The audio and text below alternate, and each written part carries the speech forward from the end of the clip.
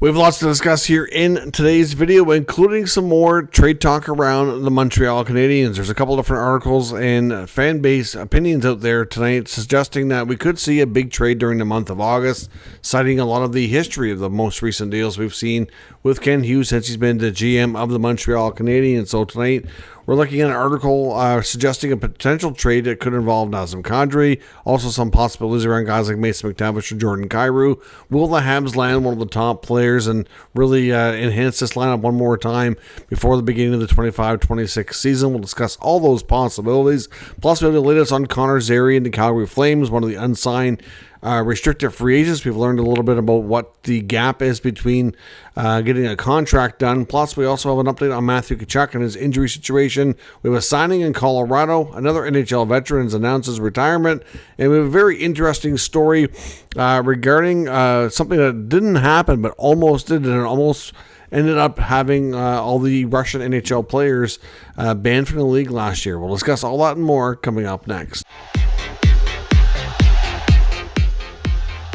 So welcome back to another video here at Top Shelf Hockey. As I mentioned, we have some interesting things to talk about here this evening. As you can see, I'm still on the road, still on vacation. Scenery will be changing. Tomorrow we'll be getting into Halifax, so you'll be getting a little bit of a different background or what have you once we get to the Halifax hotel sometime tomorrow. But tonight we do have kick things off with another NHL retirement announcement. NHL veteran Kyle Clifford, after 13 pro seasons, has announced his retirement for the game of hockey. Originally a 2009 draft pick from the Los Angeles Kings, worked his way up through the Kings system, helping them win a couple of Stanley Cups before ultimately being traded to the Maple Leafs, where he spent, I think it was 5 or 6 seasons, mostly in a minor league role, but a little bit of the NHL role, played a bit with the Blues as well. Over 750 games played in his career, and has decided that's the end of the road for him. He will now move into a player development role with the Toronto Maple Leafs. So is obviously still going to be connected to the game of hockey and still involved with the game, just in a whole different capacity. As I mentioned, we do have a signing today. The Avalanche have announced they've brought back veteran forward Kiviranta for a 1-year deal. $1.25 million. Last year, he put up 23 points in 79 games played. There's still a few other interesting UFAs out there as well that are unsigned, including probably the most talked about, most highly sought after, the guy with the most points last year, at least Jack Roslovic. Still believed to be connected to a few teams and is kind of waiting for them to make other additional moves to create the space. We've heard about the Maple Leafs being one of the teams, the Canucks, and a few others as well. So not really sure where he's going to land, but hopefully getting something done here soon enough. As I mentioned as well, a big update on Matthew Tkachuk. We've heard some speculation about his health and where he could be at to start the year. Matthew Tkachuk did talk to ESPN and indicates that he's still undecided about surgery. Based on the graphic description he gave after winning the Stanley Cup about his injury and tearing the muscle right off the bone and everything, I don't really see how he could not have surgery to repair everything the way it's supposed to be. But obviously at this point he says that it's still not decided and not sure what's going to be happening just yet, if he's going to be having surgery ahead of the 25-26 season. But he did acknowledge that it is quite a possibility, especially if he does have surgery, that he could miss the first 2 to 3 months of the season. So we've heard that from speculation. Now we hear it straight from the horse's mouth. But again, now he says if he had the surgery, he could probably miss upwards of 3 months. But it doesn't say what can happen if he doesn't. I personally, just like I said, I really don't know and see how he could play without it. But I'm not a medical professional and I'm not a doctor, so I don't know. But sounds to me like there's a pretty good chance Matthew Tkachuk won't be in the Panthers lineup to start the season. Now, as I mentioned as well, an update on Connor Zary, the interesting young RFA out of Calgary, unsigned, one of the few guys that still don't have a contract here. There appears to be a gap between the player and the team somewhere in the neighborhood of about $1 million. That appears to be the sticking point. So right now it seems like the Flames are content looking at a bridge deal around 3 years and they are comfortable in the $3 million range, whereas the players' side are looking for somewhere around the $4 million range. So there's around $1 million or so gap between both sides. Obviously, we know Zary's a good young player, has a lot of potential. Did have some injuries last year, which kind of derailed some progress as well. But in the grand scheme of things, I think the team, still has a lot of confidence in Zary. It's just, they're probably trying to use that down season to their advantage to get a little bit better of a team-friendly contract. So we'll see what happens, but right now there appears to be a sizable gap between both sides. Now, the other interesting story I came across on it as well from the Russian Machine Never Breaks website, which covers the Capitals a lot and obviously talks a lot about Russian players.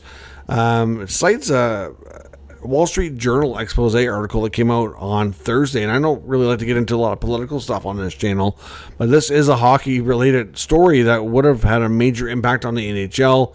Obviously, it's something that never ended up happening, but there was reports, like I said, through the Wall Street Journal yesterday, indicating that the Biden administration was contemplating expelling all Russian players from playing in the NHL, for in the United States.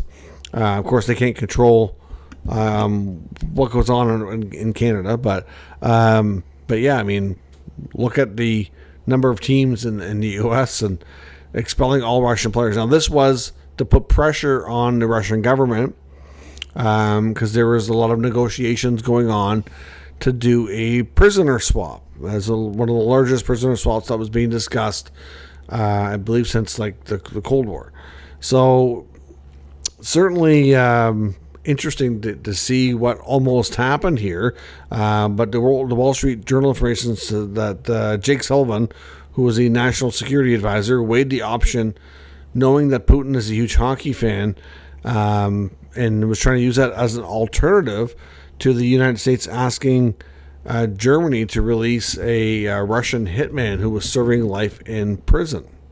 Ultimately, they decided against it, and they moved forward with a 24-man prisoner exchange, which obviously, like I said, had it gone through, would have had extreme serious ramifications for the NHL. Now, I'm not sure if they ever consulted with the NHL, probably not, on this, but it would have had widespread effects, considering how many American teams there are, how many Russian players there are, and how many prominent Russian players at that. You're looking at Ovechkin, Kaprizov, Malkin, like there's Kucherov in Tampa, like there's so many, right?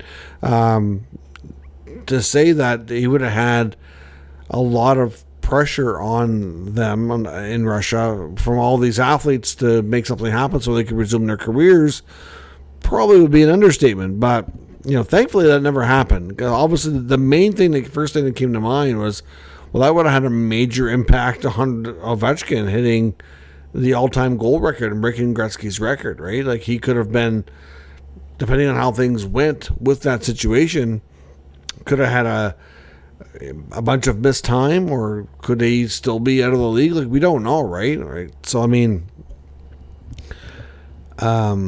yeah, it's something that obviously we're happy never saw take place, because it would have had an extremely negative impact on the National Hockey League for sure. But as we know, politics does get in the way with sports sometimes, and as much as, like I said, we want to see things stick to sports and try to not really get into political stuff here. But unfortunately, there are times when it's just part of life, and it impacts things, and you don't really have a choice but to see how that works out.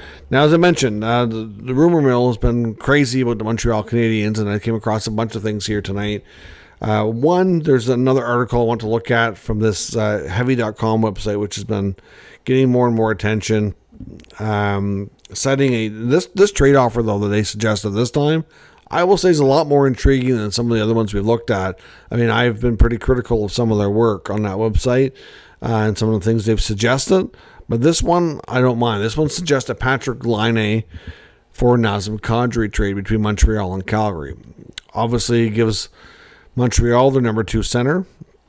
Obviously, subtracts a winger who can score some goals, but you got to get value to give value.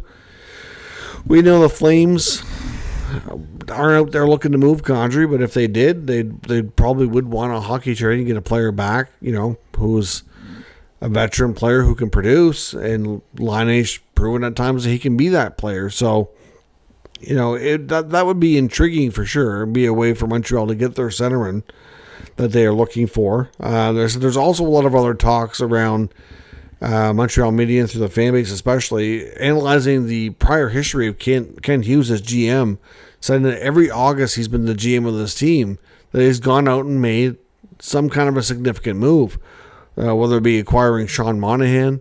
Of course, he got involved with that trade as well. That I think there was a 3-team trade, which ended up moving Jeff Petrie. Right? There was the Petrie deal. And then, of course, the Laine trade came together in August as well.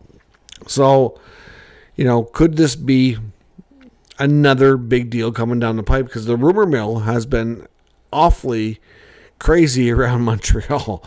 We keep hearing that, they're connected to all these players. Well, obviously they're not going to make trades for all these guys, but we've heard about Jordan Kyrou numerous times. That one's kind of calmed down a bit lately, but there was a ton of talk around him.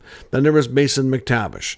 And McTavish is still, until he's signed, is still out there, and it's still going to be festering with rumors around him. But we know with McTavish, we've talked about him as early as the last day or two, with information suggesting that Verbeek doesn't really actively he's not trying to trade him, but there's obviously a lot of chatter that McTavish is not thrilled with how things have gone, how the team has changed, what his role could be, and that maybe he would want to try to make a trade. But at the same time, we've heard plenty of reports suggesting that McTavish and the Ducks are, their negotiations are not close on a contract, but it doesn't mean that they want to end the relationship. So obviously between Kyrou and McTavish, there's been tons of chatter throughout the last number of 4, 5, 6, 7 weeks, really since probably June.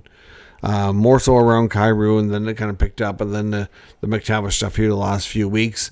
And then obviously there's this other article suggesting Kadri, and Kadri's been in the rumor a couple times as well, and we've heard speculation from connected sources saying that they believe Kadri would waive to go to Montreal, possibly Toronto as well, but that's about the only teams that he would really want to play for, besides being in Calgary. So there seems to be a major consensus here that the Habs continue to work the phones. We know Ken Hughes has a history of being busy in the month of August. There's been, festering rumors around, especially around McTavish and Kyrou. Kyrou has been quieter lately, but then the Kadri stuff has been off and on.